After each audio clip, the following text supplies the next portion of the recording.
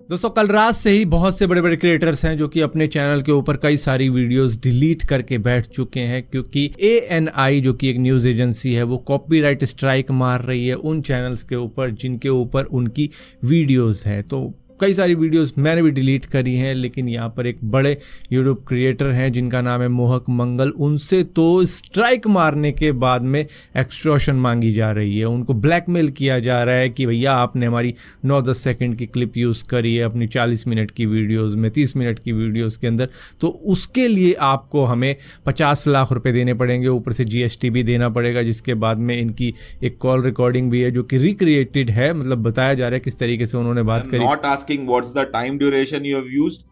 5 minutes, 10 minutes, 10 seconds.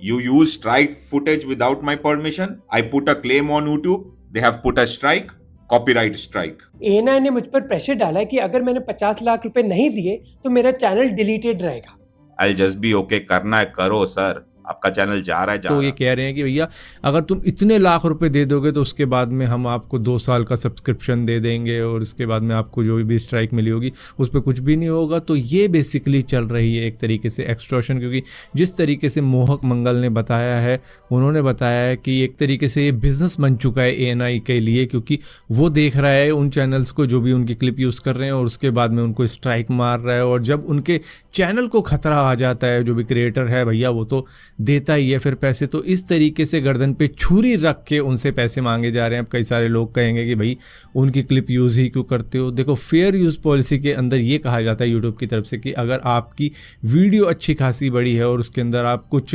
Reference के लिए किसी की क्लिप यूज़ कर रहे हो, छोटी सी, मतलब मान लो 5 सेकंड 10 सेकंड यूज़ कर रहे हो, तो उससे कुछ भी नहीं होगा क्योंकि वो फेयर यूसेज पॉलिसी के अंदर आता है। आप देखते हो कई सारे रिएक्शन चैनल वो पूरी की पूरी वीडियो चला रहे होते हैं बंदे की और उसके बाद में उस पर रिएक्ट कर रहे होते हैं। अपना उनका एफर्ट सिर्फ स्माइल देने का होता है या कुछ बात बताने का होता है, इस वीडियो में ये अच्छा लगा वो लगा, तो इस तरीके की बातें करने का होता है। लेकिन यहाँ पर बंदा इन्फॉर्मेशन गैदर करता है, उसके बाद में एक स्क्रिप्ट लिखता है और सारी की सारी पूरी कहानी इस तरीके से बना देता है जो लोगों को देखने में भी अच्छी लगे। उसके बाद में उसके साथ में ऐसा कर दिया जाता है, वो भी सिर्फ 8-10 सेकंड की क्लिप के लिए, जो कि उसकी वीडियो को एनहेंस करती है, अच्छा करती है। बस अगर वो बात मुंह से भी बोल देगा तो भी शायद लोग देख लेंगे, लेकिन क्योंकि लोगों को अच्छा लगे देखने में तो वो इस तरीके की क्लिप यूज़ करके अगर वीडियो बनाता है तो इस तरीके की सिचुएशन आ जाती है। तो यहाँ पर तो इनसे मांगे 50 लाख रुपए। यहीं पर एक यूट्यूबर है जिनकी बात मैं कर रहा हूँ, या उन्होंने 18 लाख रुपए दिए हैं ANI को, जिस तरीके से उनसे मांगे जा रहे थे कि भैया वरना चैनल डिलीट हो जाएगा। तो इस तरीके की बात थगेश ने भी बताया कि उन्होंने ANI की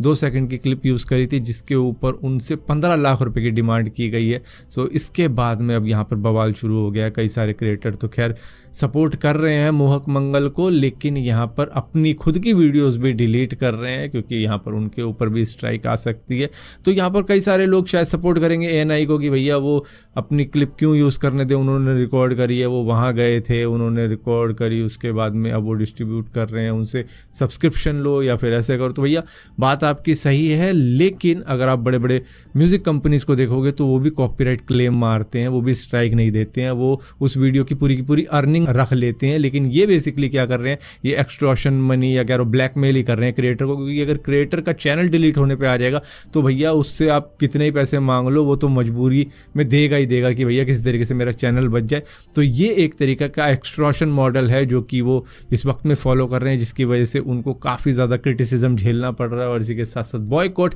ANI भी इस वक्त में ट्रेंड कर रहा है X के ऊपर। और इसी बीच में कई सारे लोग ध्रुव राठी को भी टारगेट कर रहे हैं, ये बता के कि भैया ये बंदा ज्ञान दे रहा है कि भैया यूट्यूब को कुछ ऐसी पॉलिसीज लानी चाहिए जिसके अंदर 10 सेकंड से कम की वीडियोस कोई भी क्रिएटर यूज़ कर पाए ताकि उसकी वीडियो ठीक बन पाए और इसको फेयर यूसेज के अंदर ही आना चाहिए। तो इस तरीके की बातें इन्होंने करी हैं, लेकिन उसके ऊपर यूज़र बता रहे हैं कई सारे कि भैया ये खुद किसी बच्चे को कॉपीराइट स्ट्राइक की धमकी देते हुए मिले थे, जिसके बाद में ध्रुव राठी कह रहे हैं कि ना मैंने उसको एक तो धमकी दी नहीं थी, मैंने उसे एक लेसन दिया था जिससे शायद वो कुछ सीखेगा, और इसी के साथ साथ ना मैंने उस पर कोई कॉपीराइट स्ट्राइक मारी है। फिलहाल के लिए वो वीडियो भी अभी तक वहीं पर है जैसी उसने बनाई थी, और वो मेरी छोटी सी क्लिप नहीं बल्कि पूरी की पूरी वीडियो ही यूज़ कर रहा था। बट कुछ लोग ये भी दिखा रहे हैं कि ध्रुव राठी ने खुद कॉपीराइट स्ट्राइक मारकर वीडियोस हटवाई है X के ऊपर से, और इसी के साथ साथ YouTube के ऊपर से जो उनको क्रिटिसाइज भी कर रहा है उसके ऊपर भी मार दी स्ट्राइक कि भाई तूने मुझे क्रिटिसाइज ही क्यों किया। दोस्तों पाकिस्तान के पीएम शहबाज शरीफ एक फेक इमेज को इस वक्त में स्प्रेड कर रहे हैं और वो वायरल भी काफी ज्यादा हो चुकी है, जिसके अंदर दिखाया जा रहा है कि किस तरीके से पाकिस्तान आर्मी इंडियन आर्मी से लड़ी है इस वॉर के अंदर जो कि रिसेंटली हुई है, जिसके अंदर आसिम मुनीर को ये दे रहे हैं ये फोटो और इसी के साथ साथ अवार्ड भी दे रहे हैं। तो यहाँ पर तारीफ कर रहे हैं आसिम मुनीर की, जो कि इस वक्त में पाकिस्तान के फील्ड मार्शल बन चुके हैं। लेकिन असल में इस फोटो की सच्चाई के ऊपर जाओगे तो ये दरअसल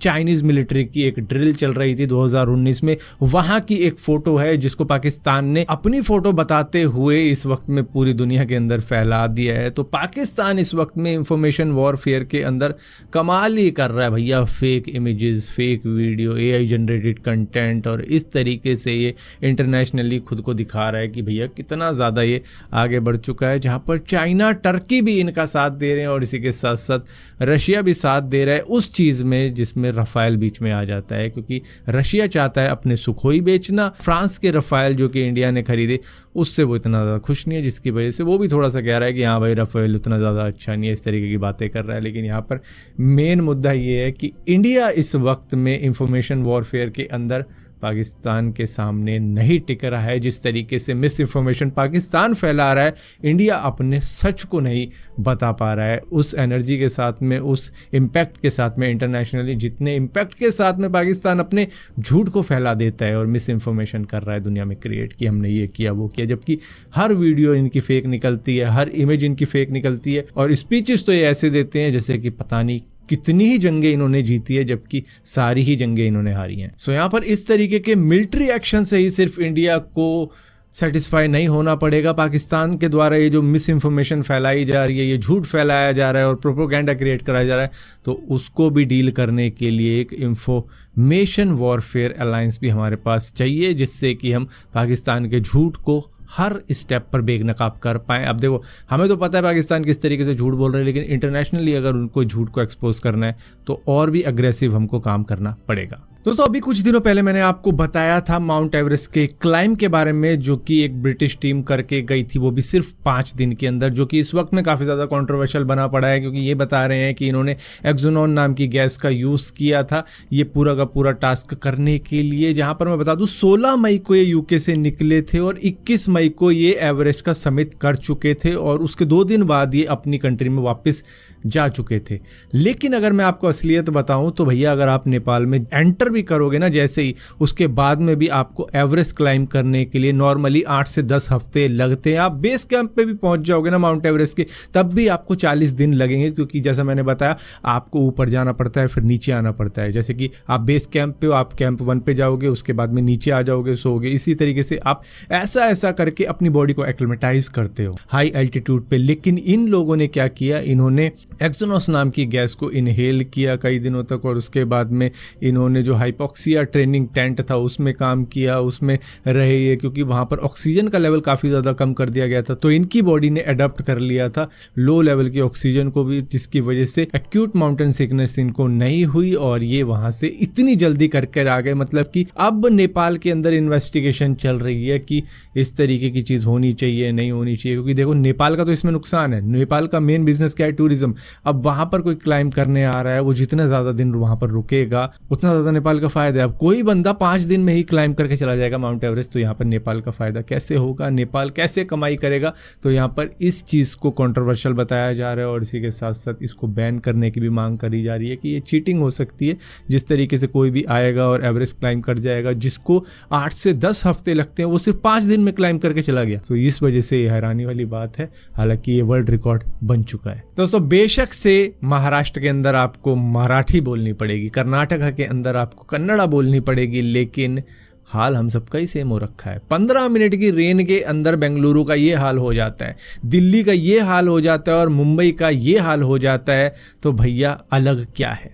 अलग क्या है हम सबके बीच में भैया? आसमान सेम है, ज़मीन सेम है, हालात सेम है, लेकिन फिर भी हम कहते हैं ना हमारे स्टेट के अंदर आएगा तो ये लैंग्वेज बोलनी पड़ेगी। जबकि हालात देखो तो भैया हम सभी को मिलके एक ही बात बोलनी चाहिए कि भैया इसको फिक्स कर दो। हर साल का वही सेम हाल हो जाता है, ड्रेनेज सिस्टम तुम्हारे फेल हो जाते हैं, सबवे से जाओ तो स्विमिंग पूल में घुस जाते हैं और कई लोगों की इससे जान भी चली जाती है। अभी हरियाणा में मतलब जो अभी तूफान आए थे ना, हरियाणा की बता रहा हूँ, सिर्फ 50-60 लोगों की ऐसे ही जान चली गई थी, जिस तरीके की हवाएं चली थी पेड़ गिरने की वजह से, खंभे गिरने की वजह से। लेकिन यहाँ पर बारिश का भी वही हाल है। मतलब दिल्ली में भी हुई थी अभी रिसेंटली, रात को हुई थी जो 2 बजे के करीब में,